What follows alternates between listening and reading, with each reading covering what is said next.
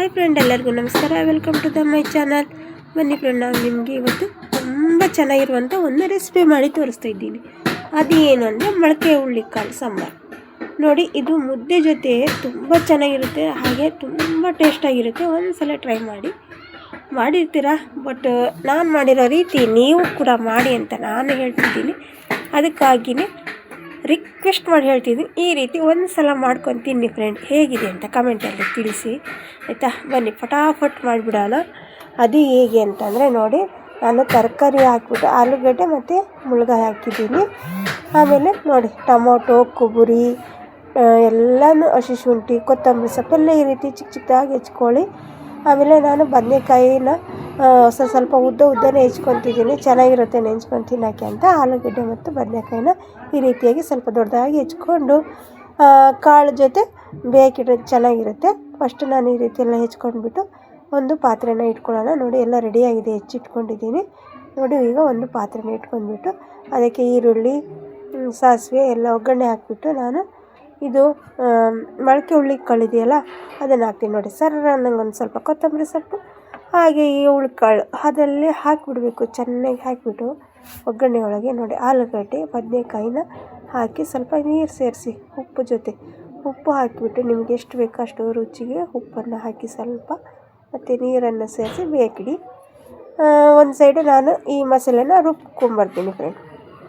ಇದೆಲ್ಲ ಹಾಕ್ಕೊಂಡ್ಬಿಟ್ಟು ರುಬ್ಕೊಂಬರ್ತೀನಿ. ಅಷ್ಟೊತ್ತಿಗೆ ಇದು ನೋಡಿ ಬೆಂದ್ಬಿಡ್ತು. ಆಗಲಿ ಒಂದು ಸೈಡ್ ಬೇಕಿಟ್ಟಿದ್ವಿ ಅಲ್ವಾ, ಅದು ಬೆಂದಿದೆ. ನೋಡಿ, ಇಲ್ಲಿ ನಾನು ಮಸಾಲ ಕೂಡ ರೆಡಿಯಾಗಿದೆ, ಮಸಾಲ ಕೂಡ ರುಬ್ಕೊಂಬಂದಿದ್ದೀನಿ. ನೋಡಿ, ಎಷ್ಟು ನುಣ್ಣಗೆ ಈ ಥರ ಫೈನ್ ಪೇಸ್ಟ್ ಥರ ಇರಬೇಕು, ತುಂಬ ಚೆನ್ನಾಗಿರುತ್ತೆ ಸಾಂಬಾರು ಟೇಸ್ಟ್. ಇಲ್ಲಾಂದರೆ ತರಿಯಾಗಿದೆ ಸಾಂಬಾರು ಟೇಸ್ಟ್ ಕೊಡೋಂಗಿಲ್ಲ. ಅದಕ್ಕೆ ನೋಡಿ ಈ ಥರ ಇದೆ. ಇದನ್ನು ಇದರೊಳಗೆ ಸೇರಿಸ್ತೀನಿ. ಆಗಲೇ ನಾನು ಫಸ್ಟಿಗೆ ಒಗ್ಗರಣೆ ಹಾಕಿಬಿಟ್ಟು ನಾನು ಕಾಳನ್ನು ಎಲ್ಲ ತರಕಾರಿ ಹಾಕಿದ್ದೆ ಅಲ್ವಾ, ಅದಕ್ಕೆ ನಾನು ಮಸಾಲೆ ಮಾತ್ರ ಈಗ ಹಾಕ್ತಿದ್ದೀನಿ. ನೋಡಿ, ಅದರಲ್ಲಿ ಸ್ವಲ್ಪ ಜಾರಲ್ಲಿ ಸ್ವಲ್ಪ ಇರುತ್ತೆ, ನೀರು ಹಾಕಿಬಿಟ್ಟು ಹಾಕ್ತಿದ್ದೀನಿ. ಮತ್ತು ರುಚಿಗೆ ತಕ್ಕಷ್ಟು ಉಪ್ಪು, ನಿಮಗೆ ಎಷ್ಟು ಆಗಲೇ ಸ್ವಲ್ಪ ಹಾಕಿದ್ನಿ ಅಲ್ವಾ ನಾನು, ಈಗ ರುಚಿಗೆ ಎಷ್ಟು ಬೇಕೋ ಅಷ್ಟನ್ನು ಉಪ್ಪನ್ನು ಸೇರಿಸ್ತಿದ್ದೀನಿ.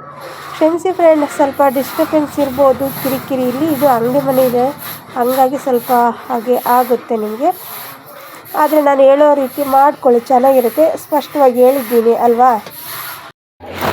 ಹಾಗೆ ನಾನು ನೋಡಿ ಮನೆಯಲ್ಲೇ ಮಾಡಿರೋದು ಇದು ಸಾಂಬಾರು ಪುಡಿ ರೆಡಿ ಮಾಡಿ ಇಟ್ಕೊಂಡಿರ್ತೀವಿ ನಾವು. ಯಾವಾಗಲೂ ಒಂದು ವರ್ಷ ಪೂರ್ತಿ ನಾವು ಒಂದ್ಸಲ ಮಾಡಿದರೆ ಸಾಂಬಾರು ಪುಡಿ ಹಾಗೆ ಇಟ್ಕೊಂಡ್ಬಿಡ್ತೀವಿ. ಹಗಲೆಲ್ಲ ಪದೇ ಅಂಗಡಿಯಿಂದ ತರಲ್ಲ. ನೋಡಿ, ಟೇಸ್ಟ್ ಕೂಡ ಸಖತ್ತಾಗಿದೆ ಅಲ್ವಾ. ನೋಡಿ, ತುಂಬ ಚೆನ್ನಾಗಿದೆ. ಇದು ಚೆನ್ನಾಗಿ ಕುದಿ ಬರಬೇಕು.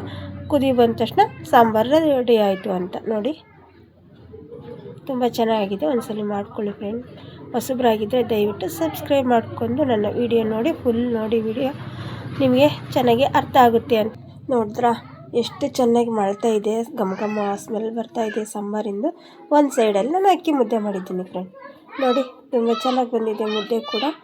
ಸೈಡಿಗೆ ನಾನು ಸ್ವಲ್ಪ ಖಾರಕ್ಕೆ ಚಟ್ನಿ ಮಾಡ್ಕೊಂಡಿದ್ದೀನಿ. ಟೊಮೊಟೊ ಮತ್ತು ಕೆಂಪು ಮೆಣಸಿನ್ಕಾಯಿ ಬರುತ್ತಲ್ಲ, ಅದು ಹಾಕ್ಬಿಟ್ಟು ಚಟ್ನಿ ಮಾಡ್ಕೊಂಡಿದ್ದೀನಿ ಸೈಡಿಗೆ ನೆಂಚ್ಕೊಳ್ಳೋಕ್ಕೆ.